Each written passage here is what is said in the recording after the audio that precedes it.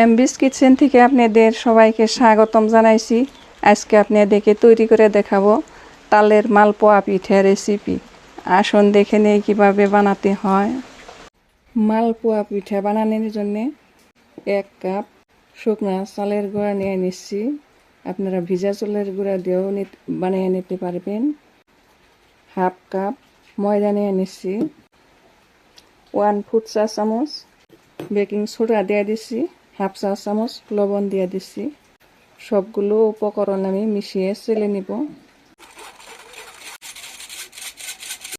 এইভাবে মিশিয়ে নিলে পিঠাটা ভালো হয়। এখন আরও একটা বলে আমি তালের রস নিয়ে নিচ্ছি। 1 বছর আগে আমি সংরক্ষণ করে রেখে দিয়েছিলাম এই তালের রসটা। নর্মাল ফ্রিজে রেখে দিয়েছিলাম, এখন নর্মাল তাপমাত্রায় আছে। 1 চামচ দিয়ে দিচ্ছি তালের রস। দেখুন কত সুন্দরভাবে রয়ে গেছে।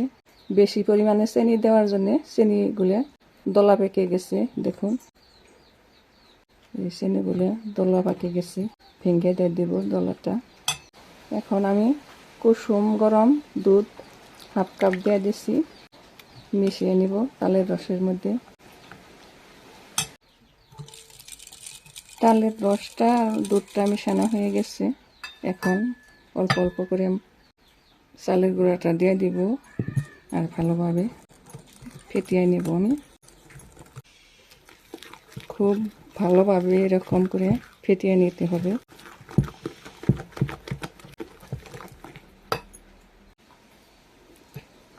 অল্প অল্প করে দুধ নিয়ে এরকম করে ফেটিয়ে নিয়ে নিচ্ছি।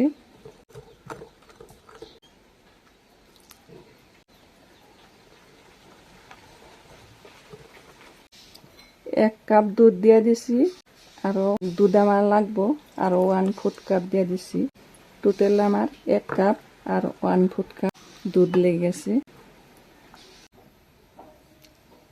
দেখুন আমার ফেটানো হয়ে গেছে। ব্যাটারের কনসিস্টেন্সি এরকম হবে।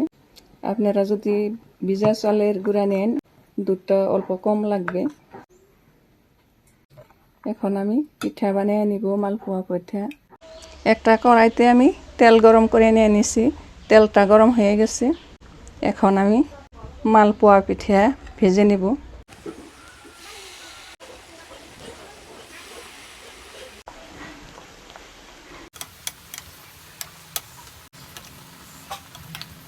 এখন উল্টে দিছি। এইগুলো আমার ভাজা হয়ে গেছে। এরকম লাল লাল করে ভেজে নিব। উঠিয়ে নিয়ে নিয়েছি। আবার আমি পিঠা দিয়ে দিছি।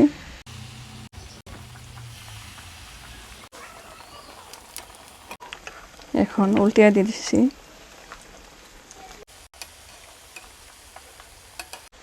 দেখুন পিঠাগুলো সুন্দরভাবে ফুলে গেছে। উল্টিয়ে দিয়ে দিয়েছি। এখন আমার পিঠা ভাজা হয়ে গেছে, উঠিয়ে এনে নিয়েছি। সবগুলো পিঠা আমার বানানো হয়ে গেছে। একটা পিঠা আপনাদেরকে ভেঙে দেখাইছি কীরকম হয়েছে। এই দেখুন সুন্দরভাবে হয়ে গেছে। এখন আমি একটা প্লেটে উঠিয়ে নিয়েছি।